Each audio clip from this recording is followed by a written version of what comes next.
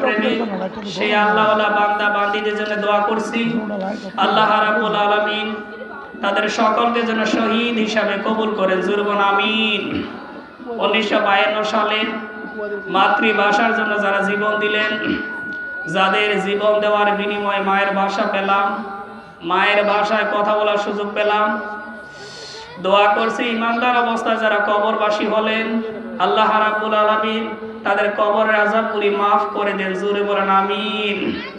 1971 সালে দেশ মাতৃকার স্বাধীনতার সংগ্রামে পাকিস্তানিদের চরম জুলুম অত্যাচারের বিরুদ্ধে যারা জীবন দিয়ে প্রিয় দেশটাকে স্বাধীন করে গেলেন, যাদের জীবন দেওয়ার বিনিময়ে স্বাধীনতা পেলাম, স্বাধীন ভূখণ্ড পেলাম, জাতীয় পতাকা পেলাম, মানচিত্র পেলাম, 16 ডিসেম্বর পেলাম, পৃথিবীর বুকে স্বাধীন দেশের নাগরিক হিসেবে পরিচয় দেওয়ার সুযোগ পেলাম, যারা জীবন দিয়ে দেশটাকে স্বাধীন করে গেলেন, স্বাধীনতার সুখ ভোগ করতে পারেননি, সেই জাতির কৃতি সন্তান বীর মুক্তিযোদ্ধাদেরকে শ্রদ্ধা ভরে স্মরণ করছি, তাদের জন্য প্রাণ খুলে দোয়া করছি। ইমানদার অবস্থায়, খাঁটি ইমানদার অবস্থায় যারা কবরবাসী হলেন, আল্লাহ রাব্বুল আলামিন তাদেরকে শহীদ হিসাবে কবুল করেন, জোরে বলুন আমিন। এখনো যে সমস্ত মুক্তিযোদ্ধা ভাইরা জীবিত আছেন, আল্লাহ রাব্বুল আলামিন তাদেরকে সহ আমাদের সকলকে খাঁটি ইমানদার হওয়ার তৌফিক দান করে, জোরে বলুন আমিন। এই বক্তার বাড়ির যে সমস্ত নারী এবং পুরুষ অন্ধকার কবরে যারা পরিমাণ ঈমান নিয়ে শুয়ে গেছে, আল্লাহ রাব্বুল আলামিন তাদের কবরের আযাবগুলি মাফ করে দেন, জোরে বলুন আমিন। ইদানিং এই বক্তার বাড়ি থেকে অনেক মুরব্বী যারা এবারের আইডল ছিল, তারা অন্ধকার কবরে শুয়ে গেছে, আল্লাহ রাব্বুল আলামিন তাদেরকে যেন মাফ করে দেন, জোরে বলুন আমিন। সম্মানিত ব্যবসায়িক ভাইরা, সম্মানিত প্রশাসনের ভাইরা, সামনে বসা মুসলমান ভাইরা, পর্দার আড়ালে সম্মানিতা মা এবং বোনেরা, প্রাণ প্রিয় কুমিল্লাবাসী, মহাবিশ্বের মহাবিশ্বয় আল্লাহ রাব্বুল আলামিনের নাজিলকৃত সর্বশ্রেষ্ঠ সর্বশেষ মহাগ্রন্থ আল কোরআন আমরা শুনতে এসেছি। জান্নাতের ভেতরে একটা অনুষ্ঠান হবে, আল্লাহ নিজেই থাকবেন সভাপতি, বিশ্ব নবী হবেন প্রধান অতিথি, মুহাম্মদ রাসূলুল্লাহ সাল্লাল্লাহু আলাইহি সাল্লাম সূরা আর-রহমান তেলাওয়াত করে জান্নাতি মানুষদেরকে শোনাবেন। আমার আল্লাহ, আমাদের মনিব, আমাদের আল্লাহ তার কুদরতি কণ্ঠে সূরা ইয়াসিন তেলাওয়াত করে জান্নাতি মানুষদেরকে উপহার দেবেন। আল্লাহর দরবারে কামনা করছি জান্নাতের এই অনুষ্ঠানে আমাদের সকলকে একটু শ্রোতা হিসাবে একটু জায়গা করে দেন, জোরে বলুন আমিন। দল মত জাতি ধর্ম বর্ণ নির্বিশেষে বাংলার এই ময়দানে আমাদেরকে নিয়ে আসলেন, না অন্য কোনো উদ্দেশ্য আছে? বলেন। কোরআনের জন্য যারা এসেছি খুশি হয়ে বলছি আলহামদুলিল্লাহ। হুদাল লিন্নাস, আল্লাহ কোরআন দিয়েছেন মানুষকে হেদায়েতের জন্য। কিসের জন্য বলেন তো? লিন্নাস। লাম শব্দটা আরবি গ্রামার অনুযায়ী 19টা অর্থে ব্যবহৃত হয়। এর 13 নম্বর কায়দায় লেখা আছে লাম ব্যবহৃত জীবিত মানুষদের জন্য, জীবন যাদের আছে তাদের জন্য। আল্লাহ এখানে হুদাল লিন্নাস দিয়ে জানিয়েছে কোরআন হেদায়েত দিবে জিন্দা মানুষদেরকে। মরা মানুষের জন্য কোরআন এসেছে না, জীবিত যতদিন আছি ততদিন আপনার জন্য কোরআন লাগবে। দুর্ভাগ্যজনক হলো সত্য, বাংলাদেশে জীবিত মানুষের সামনে কোরআনে কারিম পড়া, বোঝা, আমল করা সেই সিস্টেম আজ দিন দিয়ে উঠে যাচ্ছে। যা করবেন কোরআন নিয়ে করেন মরা মানুষের জন্য। 3 দিন 7 দিন 40 দিন বছর বছর বের করেন, কোনো অসুবিধা নেই। যারা মরে গেছে তাদের জন্য। আল্লাহ রাব্বুল আলামিন বলেন ইন্নাকা লা তুসমিউল মাউতা ওয়া লা তুসমিউস সুম্মাদ দুআ আইজা ওয়াল্লাহু মুদবিরিন আমা আনতা বিহাদিল উমমি আনদালালাতিন ইন তুসমিউ ইল্লা মান ইউমিনু বিআয়াতিনা ফাহুম মুসলিমুন। কোরআনে কারিমের 27 নম্বর সূরা নমল 20 নম্বর পারা 80-81 নম্বর আয়াতটা আল্লাহ তাআলা বলেন, হে নবী, এই কোরআনে কারিম মরা মানুষের জন্য আসে নাই, এটা বধিরের জন্য আসে নাই, অন্ধের জন্য আসে নাই, যারা ইসলাম থেকে পথভ্রষ্ট হয়ে বেরিয়ে গেছে তাদের জন্য আসে নাই। যার জীবনটা কোরআনের পরে চলে নাই, ও মারা গেলে ওর কবরের আযাব আরো বাড়বে। কি কারণ? ফেরেশতারা বলবে যে আমাদের মনে ছিল না। পাগলকে যদি বলা হয় যে নৌকা নাড়াস না, ও বলবে যে আমার মনে ছিল না। ও সারাটা জীবন কোরআনের আয়াতের বিরুদ্ধে চলছে, আর আপনি ওর কবরের পাশে বসে বসে কোরআন পড়ছেন। ওর কবর আযাব বাড়বে না কমবে? কেন বাড়বে? কারণ ফেরেশতারা বলবে এই আয়াতটা জীবনে ছিল। কি বলবেন আপনি? জবাব দিতে পারবেন না। সুতরাং জিন্দা মানুষের সামনে কোরআনে কারিম পড়া, বোঝা, আমল করা, সেই সিস্টেম চালু করা দরকার। তিরমিজি শরীফের হাদিস, বিশ্বনবী বলেন, কোরআন শোনার জন্য যদি কেউ 1টা ঘন্টা ব্যয় করে 60 বছরের নফল ইবাদতের চাইতে আল্লাহ আরো বেশি সওয়াব দান করেন। আর ওটা যদি দিনের বেলা হয়, সওয়াব তো আরো বেশি বাড়তে থাকে। ফেরেশতা মণ্ডলী আল্লাহর দরবারে ওই বান্দাগুলির জন্য রহমত কামনা করতেই থাকে। ফেরেশতারা নিষ্পাপ, তারা দোয়া করলে ফেরেত দেবে, আল্লাহ কবুল হয়ে যাবে। আল্লাহ যেন আজকের মাহফিল কবুল করেন, জোরে বলেন আমিন। সম্মানিত ভাইরা, তাফসীর আর ওয়াজের মধ্যে একটা মৌলিক পার্থক্য আছে। ওয়াজ মানে হচ্ছে উপদেশ দেওয়া। ওয়াজ মানে কি? আপনি কিসের উপদেশ দিবেন? নামাজের উপদেশ দিবেন, রোজার উপদেশ দিবেন, হজের উপদেশ দিবেন, যাকাতের উপদেশ দিবেন, কিছুক্ষণ কবরের ওয়াজ করবেন, কিছুক্ষণ মাটির নিচের ওয়াজ করবেন, কিছুক্ষণ আকাশের ওয়াজ করবেন। এই যে সরকির মতো ঘুরবেন, এর নাম হচ্ছে ওয়াজ। আর তাফসীর মানে হচ্ছে কি? কোরআনের আয়াতকে ব্যাখ্যা করা, অনুবাদ করা। আর কোরআনের আয়াতকে দিয়ে তাফসীর করা হচ্ছে শ্রেষ্ঠ তাফসীর।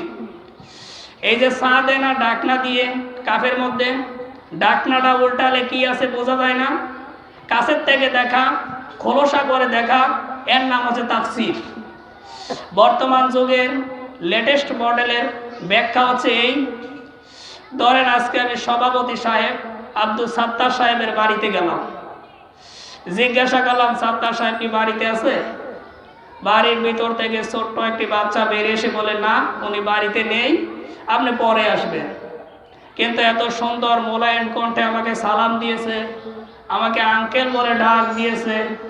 এটা কি আম্মু না আব্বু বোঝার উপায় কি? নাম বলতে বললে এমন নাম বলে, মাহি, মাহিয়া, এটা পুরুষও ধরে মহিলাও ধরে। আমি কিন্তু হাসির খোরাক দিচ্ছি না, ওর প্যান্ট বা পায়জামা খোলা লাগবে। প্যান্ট বা পায়জামা খুললে বোঝা যাবে এটা আম্মু না আব্বু। কথা বলেন। যারা শিরিক, বিদআত, কুফর, জুলুম দিয়ে নিজেকে ঢেকে রেখেছে, কোরআন থেকে সঠিক তাফসীর উঠলে ওদের চরিত্রগুলি ফাঁস হয়। কথা বলেন। এই জন্যই তো কোরআনে তাফসীরে বাধা। কোরআনে তাফসীরে যারা বাধা দেবে ওদের সম্পর্কে আল্লাহ কোরআনে একটা রেড সিগন্যাল দিয়েছেন, আল্লাহ একটা সতর্কবাণী দিয়েছেন।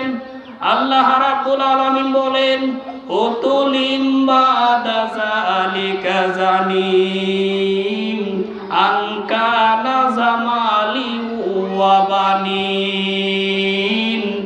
কোরআনে কারিমের 68 নম্বর সূরা কলম 29 নম্বর পারা 13-14 নম্বর আয়াতটা আল্লাহ তাআলা বলেন, হে নবী, কোরআনের আলোচনায় যারা বাধা দেবে, কোরআন ওলাদেরকে যারা কষ্ট দেবে, কোরআন ওলাদের সাথে যারা অত্যাচার করবে, কোরআন ওলাদের সাথে যারা মারধর করবে, ওরা হচ্ছে জারদ সন্তান।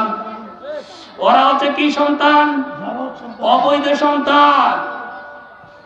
এবার হাদিসে যাই, হযরত ওমর রাদিয়াল্লাহু তাআলা আনহুর সময়ে, উনি যে সময় খলিফা হলেন, তার দরজার সামনে একটা মাসুম বাচ্চার লাশ 12টা টুকরা করে কে যেন রেখে দিয়েছে।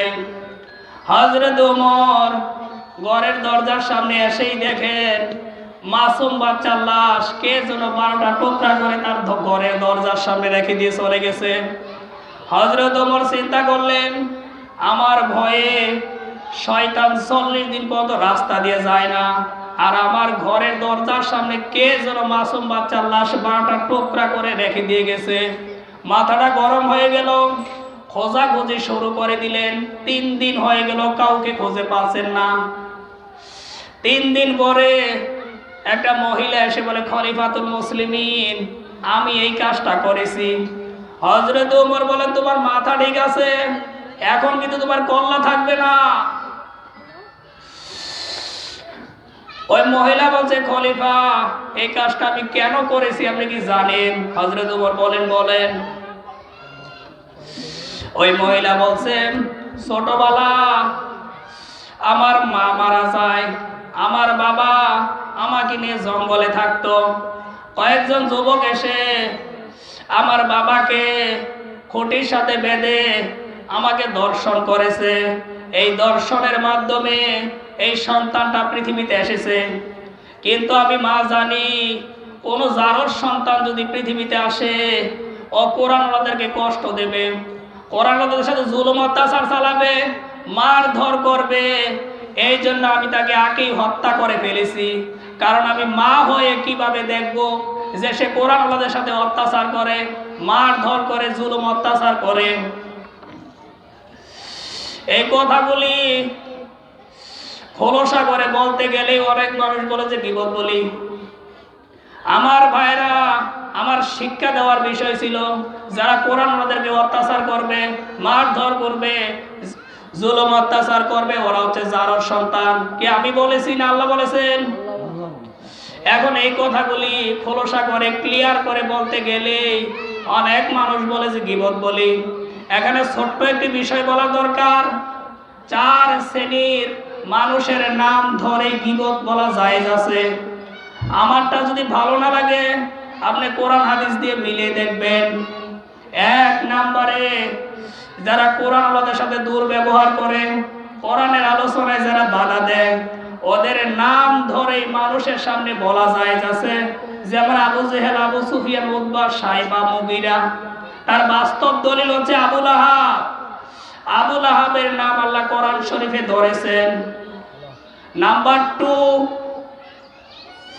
যারা যাকাত দেয় না, ওদের নাম ধরেই মানুষের সামনে বলা জায়েজ আছে। যেমন কারুন, কারুনের নাম আল্লাহ কোরআন শরীফে ধরেছেন।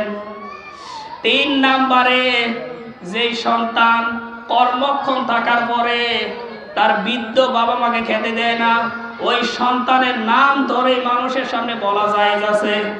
4 নম্বরে যে আলেম, যে পীর ইসলামের মধ্যে শিরিক বিদআত চালু করে দিয়েছে, ওই আলেম, ওই বক্তা, ওই পীরের নাম ধরে মানুষের সামনে বলা জায়েজ আছে।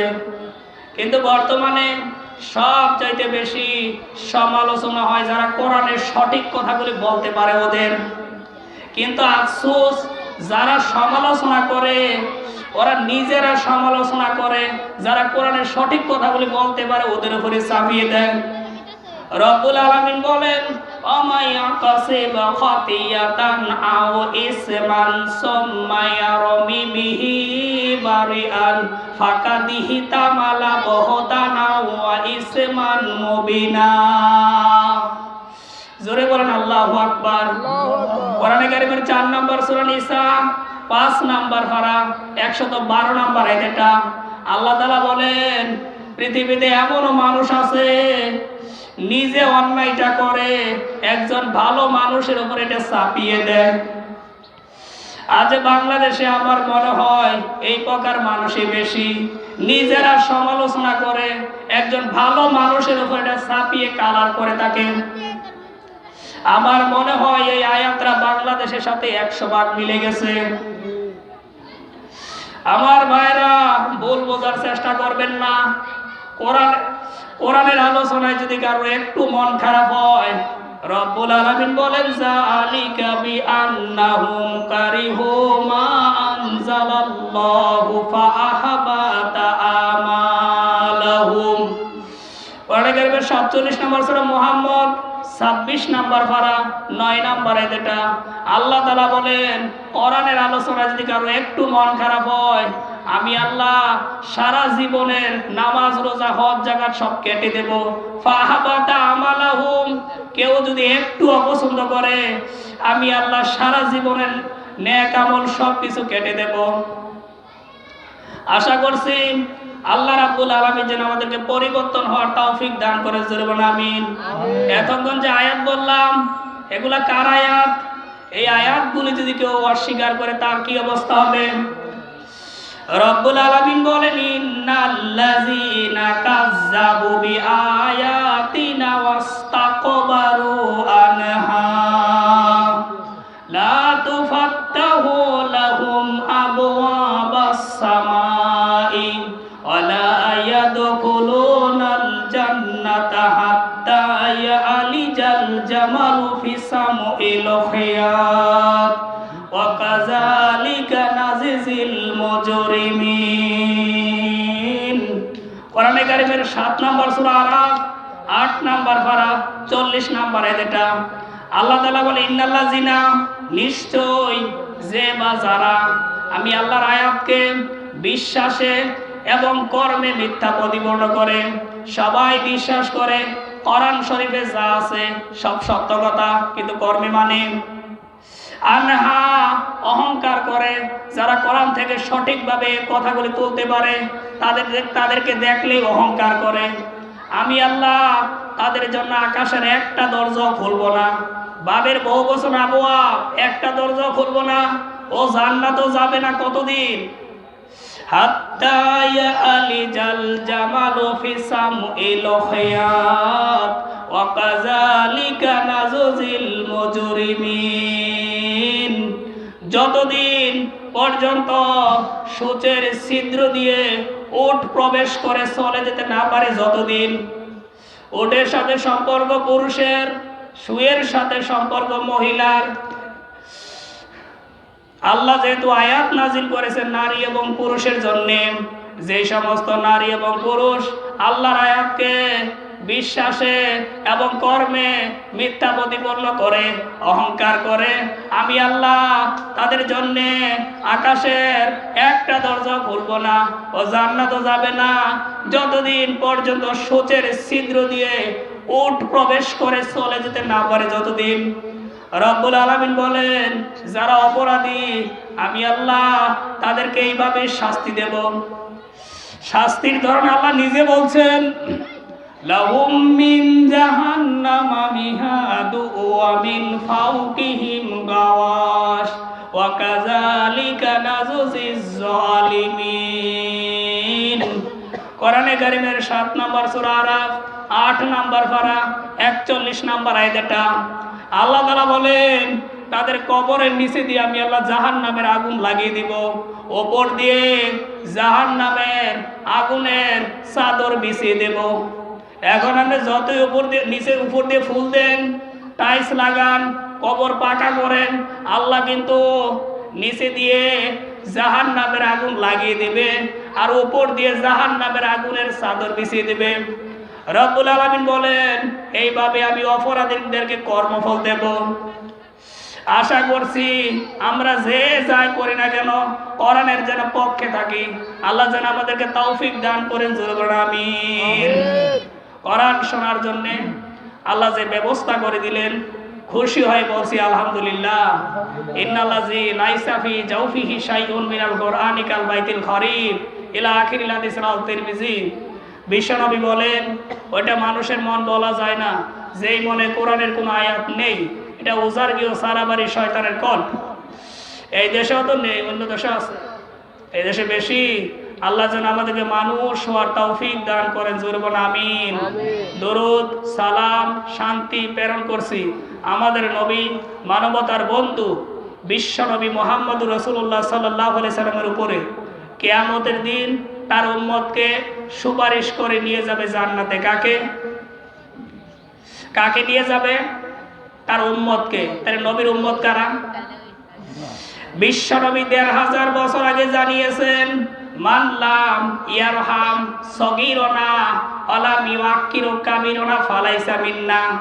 সূরা ইবনে মাজাহ 528 নম্বর পৃষ্ঠার হাদিস। নবীজি জানিয়েছেন, যারা ছোটদেরকে স্নেহ করে না, বড়দেরকে সম্মান করে না, আমি নবী বলছি ওরা আমি নবীর উম্মত না। ফালাইসা মিন্না দিয়েছেন, বক্তব্যের মাঝখানে ফা আছে, ফাটা বাদ দিয়ে দিলে অর্থ হয়ে যেত, লাইসা মিন্না দিলে অর্থ হয়ে যেত।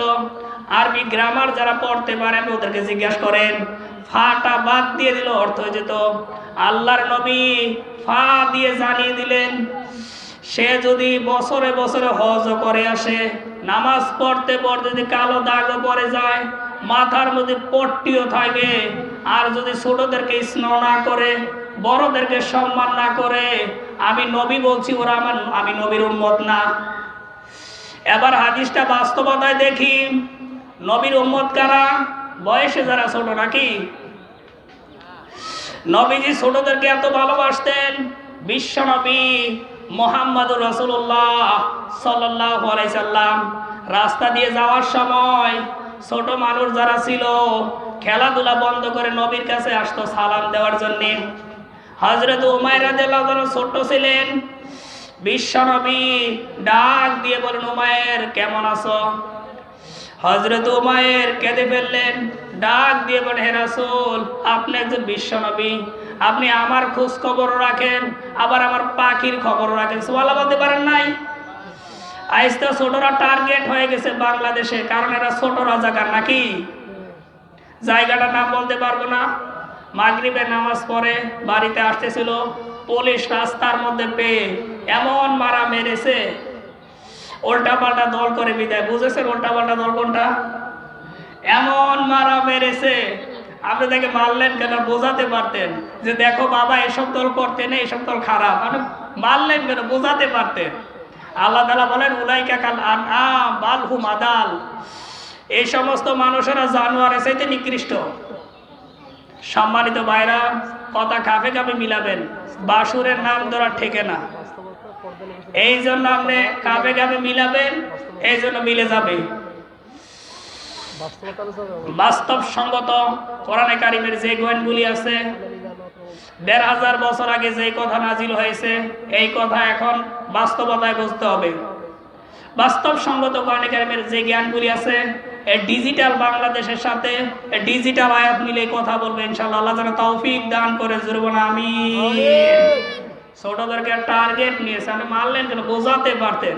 সম্মানিত ভাইরা, ছোটদের সম্মান, ভালোবাসা, স্নেহ আজ বাংলাদেশ থেকে উঠে চলে যাচ্ছে নাকি? ইমাম হোসেন ছোট্ট ছিলেন, বিশ্বনবী সবচেয়ে বেশি ভালোবাসতেন তাকে, বুকের উপরে নিতেন, ডাক দিয়ে বলতেন, নানা আমার কলিজার চাইতে তোমার বেশি ভালোবাসি। সুবহানাল্লাহ বলতে পারেন নাই? আলামি আকির কাবিরনা, যারা বড়দেরকে সম্মান করে না, শ্রদ্ধা করে না, আমি নবী বলছি ওরা আমি নবীর উম্মত না। এখন বড় কারা? বয়সে যারা বড় নাকি? বয়সে তো আবু জাহেল বড়, বয়সে তো ফিরাউন বড়, বয়সে তো নমরুদ বড়, বয়সে তো ইয়াজিদ বড়, বয়সে তো উতবা সাইবা মুগিরও বড়, বয়সে তো দেওয়ানবাগিও বড়। বড় কারা? ১৫০০ বছর আগে কোরআনে কারীম জানিয়েছে, ইন্না আকরামাকুম ইনদাল্লাহি আতকাকুম। কোরআনে কারীমের ৪৯ নম্বর সূরা হুজরাত ২৬ নম্বর পারা ১৩ নম্বর আয়াতের মাঝের অংশটা আল্লাহ তাআলা বলেন, এই পৃথিবীতে সবচেয়ে বড়, সবচেয়ে সম্মানিত আমি আল্লাহর কাছে তারা, যারা আমি আল্লাহকে বেশি ভয় করে। এখন আল্লাহকে ভয় করে কারা বেশি? কোরআনে কারীম বলেছে, ইন্নামা ইয়াকশা আল্লাহা মিন ইবাদিহিল উলামা। কোরআনে কারীমের ৩৫ নম্বর সূরা ফাতির ২২ নম্বর পারা ২৮ নম্বর আয়াতের মাঝের অংশটা আল্লাহকে সবচেয়ে বেশি ভয় করে আলেমরা। এই কথাটা কি বানিয়ে বললাম? আল্লাহকে বেশি ভয় করে কারা? এখন আলেম কারা? আমরা মনে করি বাংলাদেশে আলেম হচ্ছে তারা যাদের গায়ে বিশাল জুব্বা, দাড়ি বড়, পাগড়ি মাথায় দিয়ে, নামের আগে বিশাল টাইটেল, মুজাদ্দেদে জামান, ভারতে কামান, হাফেজ, মুফতি, মাওলানা, এই সমস্ত লেখা যাদের এরাই মনে হয় আলেম। অনেকে আবার আলেম হওয়ার জন্য নামের আগে টাইটেল লিখে দিচ্ছে কোর্সে। এগুলা কি? একদিন রাস্তাতে যাওয়ার সময় দেওয়ালের সাথে দেখলাম যে কোর্সে লিখে দিয়েছে। আমি জিজ্ঞাসা করলাম ভাই এটা কি লিখেছেন? বলে জানি না। তো জানেন না তো টাঙিয়েছেন কিসের জন্য? আসেন তো কোরআন দিয়ে মিলিয়ে দেখে আলেম কারা। রব্বুল আলামিন বলেন ওয়া মানাজিলামু মিম্মান কাতামা শাহাদাতান ইনদাহু মিনাল্লাহি ওয়া মাল্লাহু বিগাফিলিন আম্মা তা'মালুন। কোরআনে কারীমের 2 নম্বর সূরা বাকারা 1 নম্বর পারা 140 নম্বর আয়াতের শেষের অংশ এটা। তাফসীরে মনে থেকে বলছি, আল্লাহ তাআলা বলেন ওই ব্যক্তির চাইতে সবচাইতে বড় জালেম, সবচাইতে বড় সন্ত্রাসী আর কে হতে পারে? যার কাছে কোরআন শরীফের জ্ঞান আছে। এই কোরআন শরীফের জ্ঞান থাকার পরে দুনিয়ার একটা স্বার্থ পেয়ে গোপন করে দিয়েছে। আল্লাহ বলেন তাকে আলেম বলা তো দূরের কথা, তো বড় জালেম। আজলাম এসমে তাফসীরের সিগা। তাহলে পৃথিবীতে আলেম কারা? আয়াতের ব্যাখ্যায় হাদিস এসেছে, বুখারী মুসলিমের হাদিস। কিয়ামতের ময়দানে আল্লাহ প্রত্যেকটা আদম সন্তানকে 5টা প্রশ্ন করবেন। লা তাজালু কাদামা ইবনে আদামা ইয়াউমাল কিয়ামাতি হাত্তা ইউসালান খামসিনা উমরিহি ফিমা আফনাহু আন শাবাবিহি ফিমা আবলাহু আন মালিহি মিন বাইনা ইকতাসাবাহু ওয়া ফিমা আনফাকাহু ওয়া মাজা ইলমা ফিমা ইলমা ইলা আখিল সিরাল মুসলিম। তার 5 নম্বরে এটা যতটুকু জ্ঞান ছিল এর উপরে আমল ছিল কতটুকু বলো। হাদিসের ব্যাখ্যায় মুফাসসিরিন কেরাম দিয়েছেন জ্ঞান অনুযায়ী যারা কাজ করবে, বিবেক অনুযায়ী যারা কাজ করবে, জ্ঞান অনুযায়ী যারা আমল করবে, ওই মানুষগুলো আমার আল্লাহর কাছে আলেম। সুবহানাল্লাহ বলতে পারেন নাই? ওই মানুষগুলো আমি আল্লাহর কাছে আলেম। আমার ভাইরা, আলেমরা যে আল্লাহর কাছে বড় এই কথা তুলেছেন কে? এই পৃথিবীতে সবচাইতে বেশি জ্ঞান অনুযায়ী আমল করতো নবীরা কারা? বেশি বলে ফেলেছি। প্রত্যেকটি নবী তাদের জ্ঞানের উপরে আমল করতে গিয়েই বিপদে পড়েছে। রব্বুল আলামিন বলেন ইয়া হাসরাতানা আলাল ইবাদি মা ইয়াতিহিম মির রাসূলিন ইল্লা কানু বিহি ইস্তাহজিউন। কোরআনে কারীমের 36 নম্বর সূরা ইয়াসিন 23 নম্বর পারা 30 নম্বর আয়াতটা আল্লাহ তাআলা বলেন আমার বান্দাদের প্রতি আফসোস লাগছে, আমি এমন কোন নবী বা রাসূল পাঠাইনি সাময়িক সময়ের মানুষেরা তাদের সাথে হাসাহাসি ঠাট্টা বিদ্রুপ করেনি, জেল জুলুম অত্যাচার করে দেশ থেকে তাড়িয়ে দিয়েছিল। একটাই কারণ, তারা জ্ঞানের উপরে আমল করত। আজও বাংলাদেশে এত জেল জুলুম অত্যাচার নির্যাতন একটাই কারণ, তারা জ্ঞানের উপরে আমল করে। এদেশে আলেম তো কম নেই, অনেক আলেমের গায়ে বাতাসও লাগে না, আবার অনেক আলেম 5-10 বছর ঘরে ঘুমাতেও পারে না। যেটা কি এক হবে? জ্ঞানের উপরে যারা আমল করবে তারা বিপদে পড়বে। 1500 বছর আগেও দেখেছি বিশ্ব নবীকে দেশ থেকে তাড়িয়ে দিয়েছিল, তার নাগরিকতা বাদ করে দিয়েছিল এবং তাকে হত্যার আদেশ পর্যন্ত আবু জেহেল দিয়েছিল। একটাই কারণ, নবীরা জ্ঞানের উপর আমল করত। আজও বাংলাদেশে যারা জ্ঞানের উপরে আমল করবে তারাই বিপদে পড়ে। আমার ভাইরা, অতীত এবং বাস্তবতার দিকে তাকান। হযরতে মূসা নবী আলাইহিস সালাম যখনই জ্ঞানের উপর আমল শুরু করলেন, তার নাম পাল্টিয়ে নাম দিয়েছিল জোসেফ। ইহুদিরা তার নাম পাল্টিয়ে নাম দিয়েছিল জোসেফ। ইব্রাহিম নবী আলাইহিস সালামের নাম পাল্টিয়ে নাম দিয়েছিল আব্রাহাম। হযরতে দাউদ নবী আলাইহিস সালামের নাম পাল্টিয়ে নাম দিয়েছিল ডেভিড। হযরতে ঈসা নবী আলাইহিস সালামের নাম পাল্টিয়ে নাম দিয়েছিল যিশু। হযরতে জাবের রাদিয়াল্লাহু তাআলা আনহুর নাম পাল্টিয়ে নাম দিয়েছিল আল জাবরা। আজও জ্ঞানের উপরে যারা ময়দানে আসে তাদের এই নাম পাল্টিয়ে যায়। আল্লামা শফি এসেছিল, তার নাম দিয়েছিল তেতুল হুজুর। মাওলানা সাইদি কাজ করতে এসেছে, তার নাম দিয়েছে দেলু শিকদার। আব্দুল কাদের মোল্লা, তার নাম দিয়েছে কসাই কাদের। আর আমার নাম দিয়েছে বেশি বুঝি। এদেশে বড় বড় আলেম নেই। এই যে নাম পরিবর্তন করার হিরিক চলছে, এটা আজ থেকে না, সেই আবহামান কাল থেকে চলে এসেছে। আমার ভাইরা, নবীদের নাম, সাহাবীদের নাম, ইসলামী বিজ্ঞানীদের নাম, আলেমদের নাম পরিবর্তন করেছিল তারা, যারা ইহুদি খ্রিস্টানরা আমার বাম।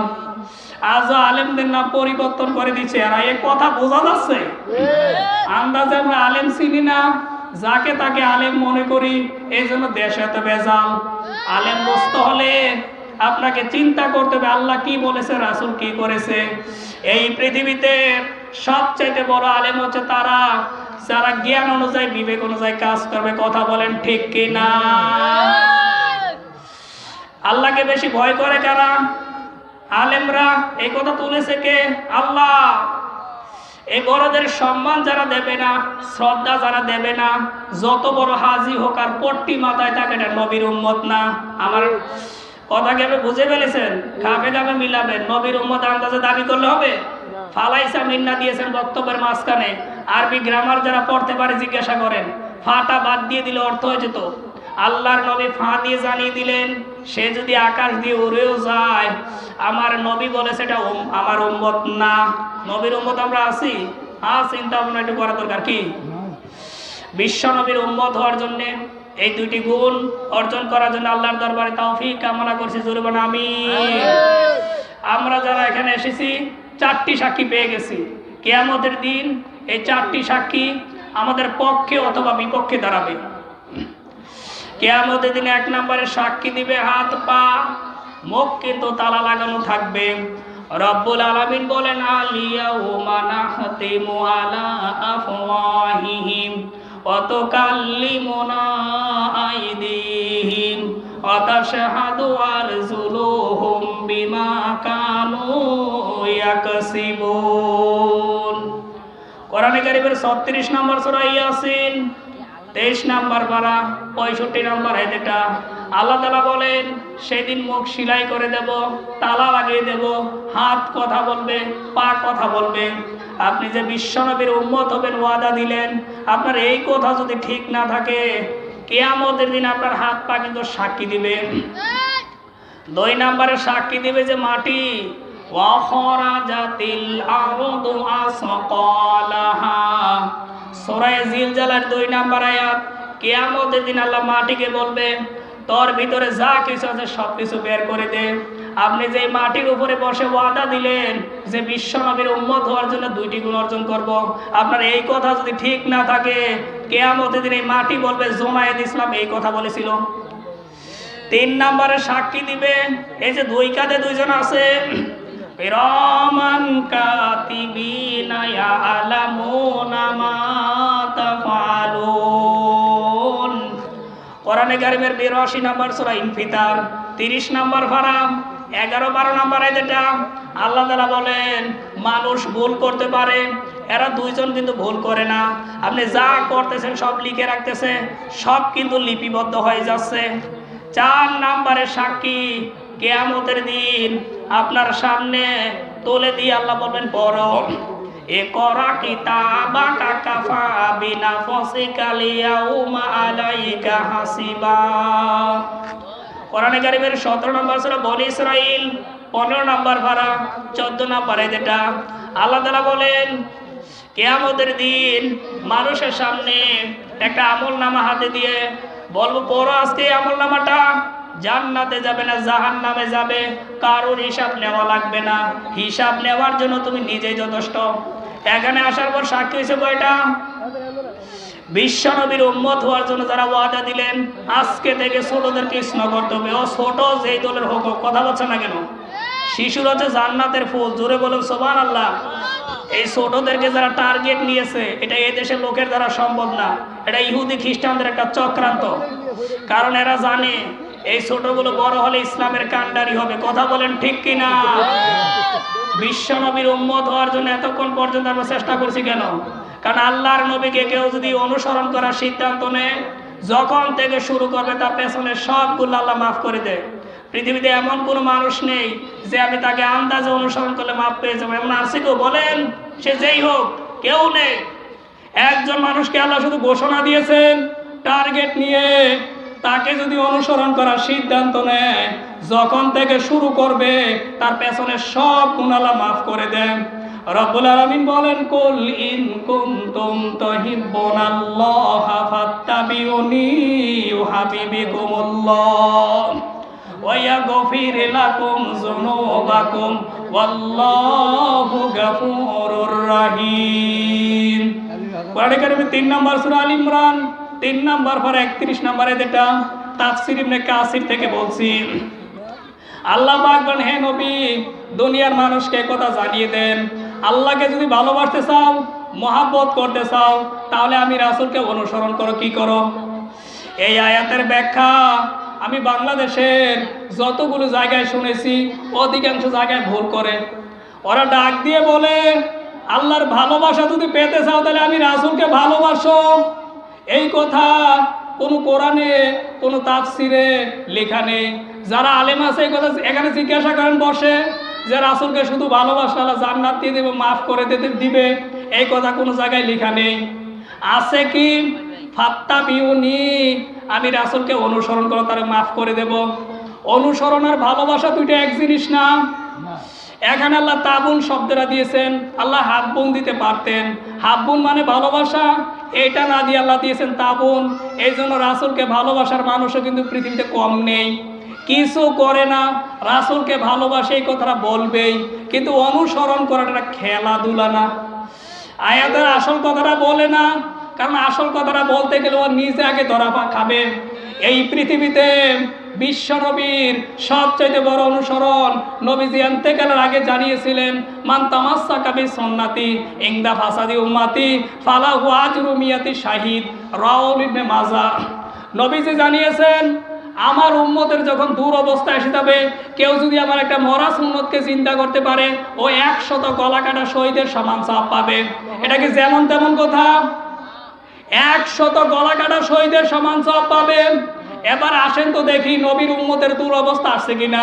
কাশ্মীরে মার কাছে মুসলমানরা, তারপর মুসলমানরাই সন্ত্রাসী। আফগানিস্তানে মার কাছে মুসলমানরা, তারপর মুসলমানরাই সন্ত্রাসী। ইয়ামেনে মার কাছে মুসলমানরা, তারপর মুসলমানরাই সন্ত্রাসী। বাংলাদেশ এর বিপরীত নাকি? বাংলাদেশে যারা নবীর প্রকৃত উম্মত এরাই কিন্তু মার খাচ্ছে। তার মানে নবীর উম্মতের দূর অবস্থা এসে গেছে।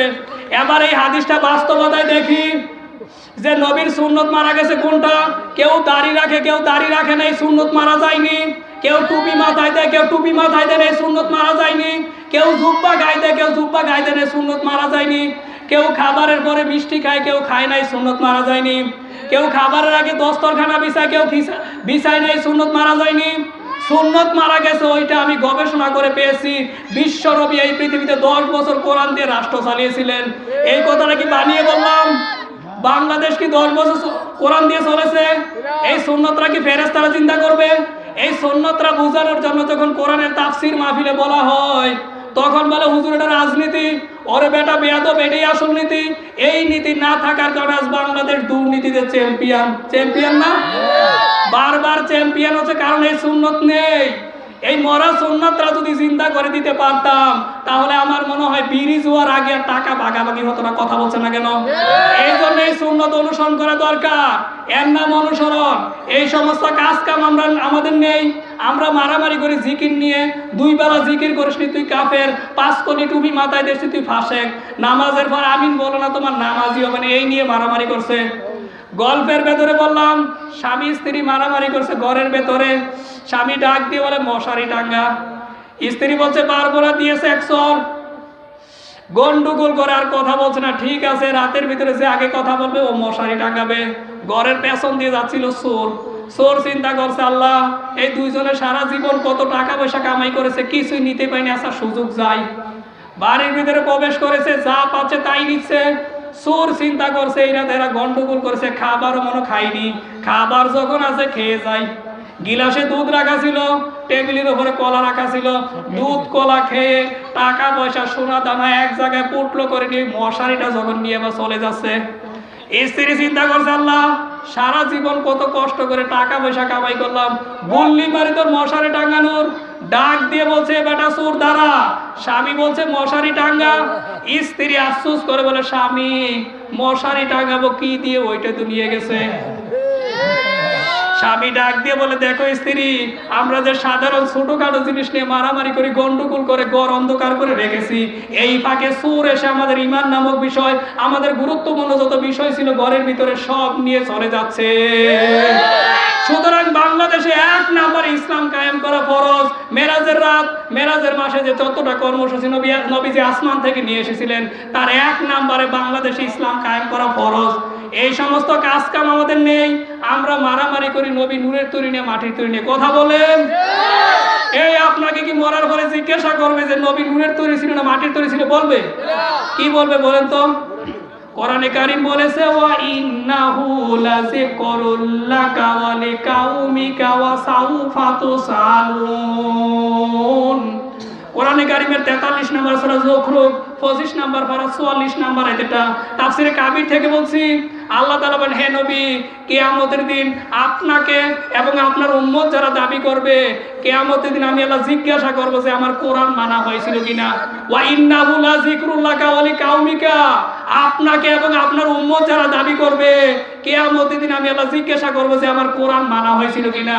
সুতরাং বাংলাদেশ এখন সবচেয়ে বড় অনুসরণ এই কোরআনে কারীমকে জিন্দা করে দেখানো, এর নাম অনুসরণ। এবার আসেন এই ফাত্তা বিনের ব্যাখ্যা বলি। ফতুয়া যদি দেন এর পক্ষে দেন, কোরআন যারা অনুসরণ করে না তারা কাফের, আর কোরআন যারা অনুসরণ করে তারা মুমিন। কথা বলেন। এবার আসেন এই ফাত্তা বিনের ব্যাখ্যা বলি। আল্লাহর নবীকে অনুসরণ না করে জীবনে অন্য কাউকে অনুসরণ করবে, জীবনে ওর জীবনের গুনাহ মাফ হবে না, আর জীবনের গুনাহ যদি মাফ না হয় জান্নাত পাবে। এই সহজ কথাগুলি বোঝা যাচ্ছে না? এবার আসেন এটা বাংলা কথা বলছি। 1500 বছর আগে আল্লাহ ওয়াসওয়াতুন হাসানা বলে একজন মানুষকে সিলেক্ট করেছেন, তার নাম মুহাম্মাদুর রাসূলুল্লাহ। জীবনে উত্তম আদর্শ হিসাবে যদি গ্রহণ করতে চাও, তাহলে আমার রাসূলকে নির্দ্বিধায় মেনে নাও। আমি আল্লাহ যার চরিত্রের গ্যারান্টি নিয়েছি, এই পৃথিবীতে এই বাংলাদেশে আপনি এমন কাউকে খুঁজে পাবেন না যে তার চরিত্রের গ্যারান্টি আমার আল্লাহ নিয়েছে। এমন আছে কেউ? বলেন। সে যেই হোক, কেউ নেই। একজন মানুষের গ্যারান্টি আল্লাহ নিয়েছে, জীবনে কোনোদিন মিথ্যা কথা বলিনি। এই বাংলাদেশে যারা আওয়ামী লীগ করে এই কথা বলতে পারবে না যে আমাদের প্রধানমন্ত্রী শেখ হাসিনা জীবনে কোনোদিন মিথ্যা কথা বলেনি। পারবে বলতে? যারা বিএনপি করে এই কথা বলতে পারবে না যে আমাদের ম্যাডাম খালেদা জিয়া জীবনে কোনোদিন বেপরদা হয়ে চলেনি। পারবে বলতে? জাতীয় পার্টিতে যারা আছে এই কথা বলতে পারবে না যে আমাদের মরহুম চাচা ইরশাদ জীবনে কোনোদিন এক কথা দুইবার বলেনি। পারবে বলতে? জামাত ইসলাম যারা করে এই কথা বলতে পারবে না যে মাওলানা নিজামী জীবনে কোনোদিন মিথ্যা কথা বলেনি। পারবে বলতে? সম্ভব না। একজন মানুষের গ্যারান্টি আল্লাহ নিজে নিয়েছেন, জীবনে কোনোদিন মিথ্যা কথা বলেনি, তার নাম মুহাম্মাদুর রাসূলুল্লাহ। এই ওয়াসওয়াতুন হাসানা এই আয়াতরা গবেষণা করে যেটা বাংলাদেশের সাথে মিলাতে চাই।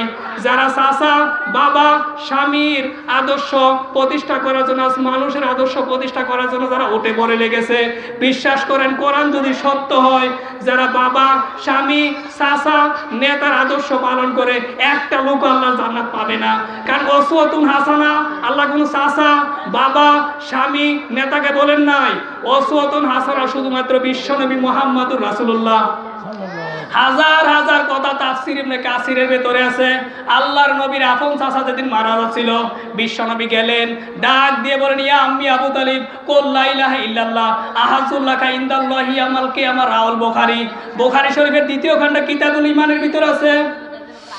আল্লাহর নবীর আপন চাচা আবু তালেব আলীর চাইতে বেশি বিশ্বনবীকে ভালোবাসতো। ডাক দিয়ে বলেন, চাচা একটা বার আমার কানের কাছে আমার মুখটা নিয়ে পড়েন, লা ইলাহা ইল্লাল্লাহ মুহাম্মাদুর রাসূলুল্লাহ পড়ার দরকার নেই। এতটুকু কথা যদি আমার কানের কাছে শুনে দিতে পারেন, কিয়ামতের দিন আল্লাহর দরবারে ঝগড়া করে জান্নাতে নিয়ে যাব।